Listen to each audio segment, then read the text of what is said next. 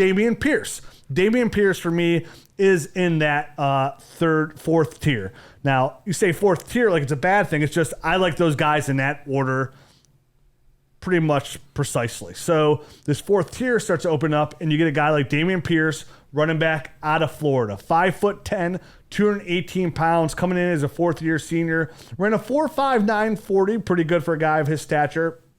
Had a 34.5-inch vertical, 119-inch broad jump. This guy came in, didn't play a ton at Florida, right? Like 329 carries, played in 48 games as a senior. You know, that's one season for Derrick Henry. So that was his career in Florida. But when I got through his tape, because going into this, I didn't know a ton about Dameon Pierce. But when I was watching his tape, I started to come away slowly more impressed. Like, he kind of just kept growing me. And what he reminded me of at the end is, like, he reminds me of Doug Martin.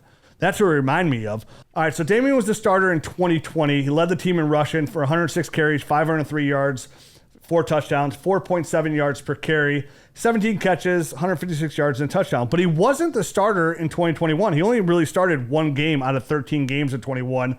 100 carries, 574 yards, so 13 touchdowns. He actually led the team there, averaged 5.7 yards per carry. So this is a guy that didn't get a ton of use, and the only thing I'm worried about him is he still going to be that same kind of guy at the next level? Will he be a committee guy? Is Dameon Pierce the running back that's going to be, we're going to use him with like a guy like Travis Etienne, because he's a compact runner, very stout, good running back with a good size, runs hard, has really, really good contact balance for 5'9", 218 pounds. The guy's like a bowling ball out there, right? He's really good in tight spaces. He has a really nice, good head fake there behind the line with a short area burst. He could pass protect pretty well.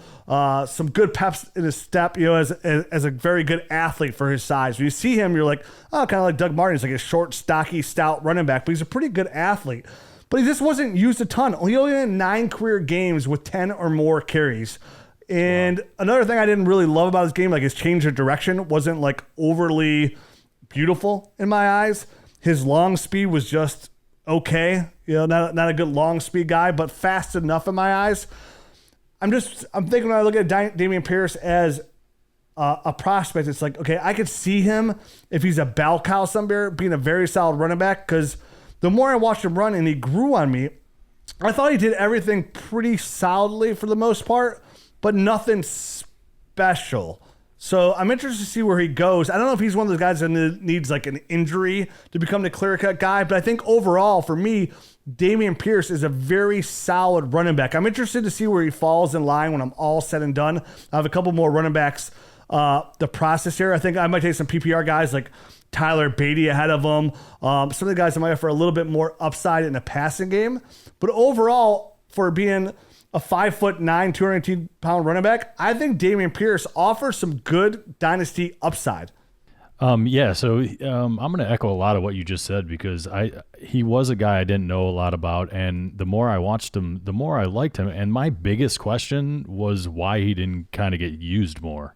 I don't know, if anyone has any insight on that at all, because I wasn't able to find anything.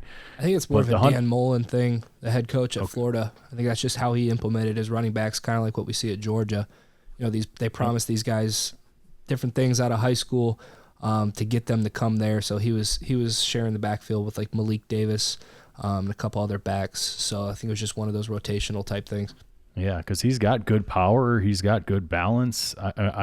I liked his short area burst and kind of his agility going side to side, but not like change of direction side to side, more like just cutting within the holes, just kind of smaller angular cuts.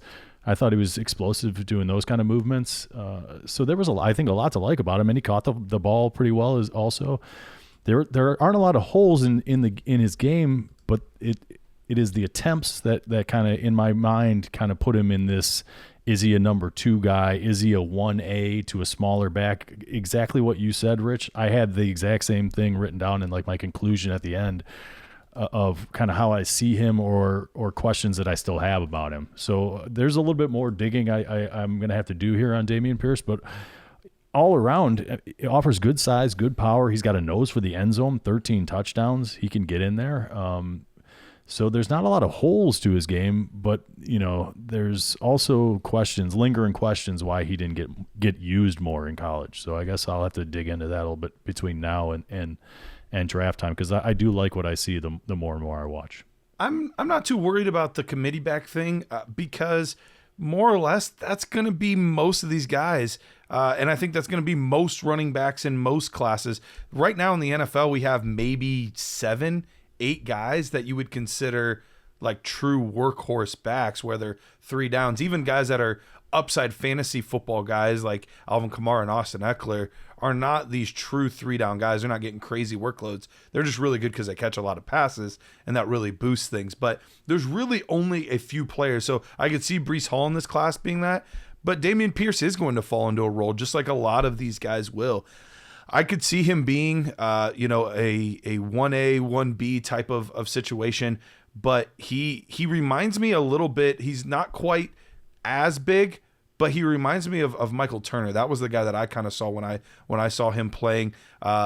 Downhill runner. He's not going to do a lot of dancing in the hole. He's not elusive. I don't have good marks for him on game speed or elusiveness, but they're not embarrassing either. It's not like he has the tightest hips I've ever seen and he's never going to be able to, there's enough there, but he's not going to win that way. He's going to win in the short areas. He's going to win with the ground and pound type game, but love his contact balance with being a shorter player.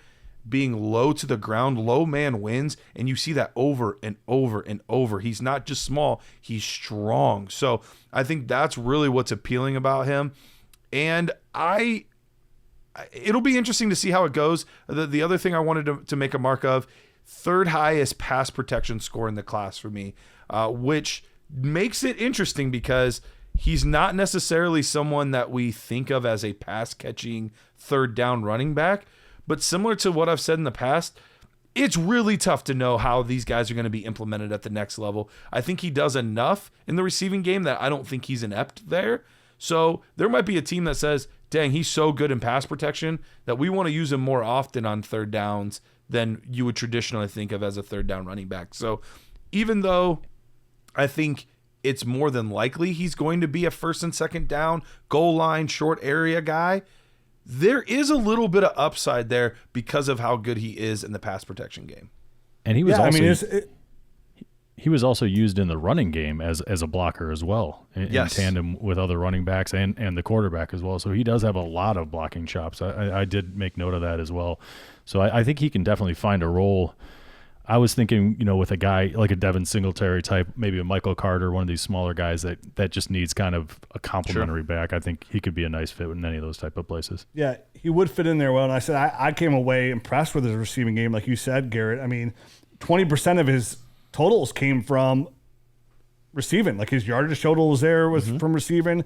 A 6th of his touchdowns came from receiving. So he's a solid dude, guy. It's weird you said Michael Turner because I remember Michael Turner's just Michael the Turner the burner. So he was super fast. And like I said, it's the one thing I didn't love about Dameon Pierce was just that long speed, right? Like that him out in the open field. He's real tough to bring down. You're not going to just grab him from the upper body. You got to go low on him. His contact balance is exceptional, but he's not going to break away those big time runs for you there. So overall, I do see him kind of as a complimentary back. But if he became somebody's starting running back, say turning like a David Montgomery for the Bears, that wouldn't shock me in the least bit at all. It's just, I think even if he was a starter, I think the one downside about him, what you're looking to, which is not a bad thing, as a championship caliber player, is if I look at him, if he became a starter somewhere, say he goes somewhere, somebody goes down, in Chicago, say he goes there with David Montgomery and David Montgomery goes down, his upside is like a mid-range running back 2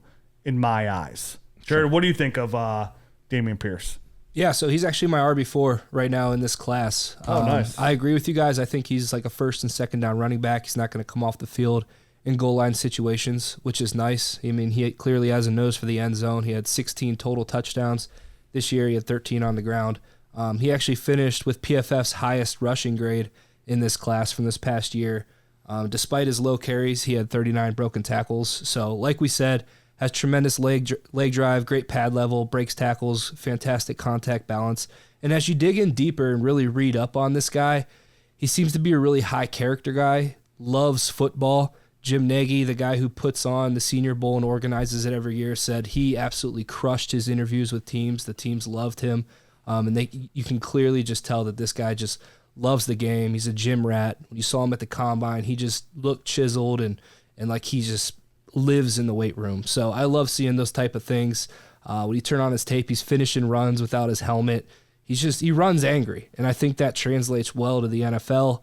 And maybe the low tread on his tires serves him better as a prospect. I don't know how these NFL teams evaluate guys from that standpoint, but that could be a positive. Probably one of those guys that's a better NFL player than he was a college player, just due to the low usage in college for whatever reason that was. That coach is now fired, so that tells you how well he did there at Florida, and how well he made his decisions there. So I like Dameon Pierce a lot. He's my RB4. I did want to say one thing. Garrett's correct. As you get past like Isaiah Spiller, all these guys are pretty much committee guys, in my opinion.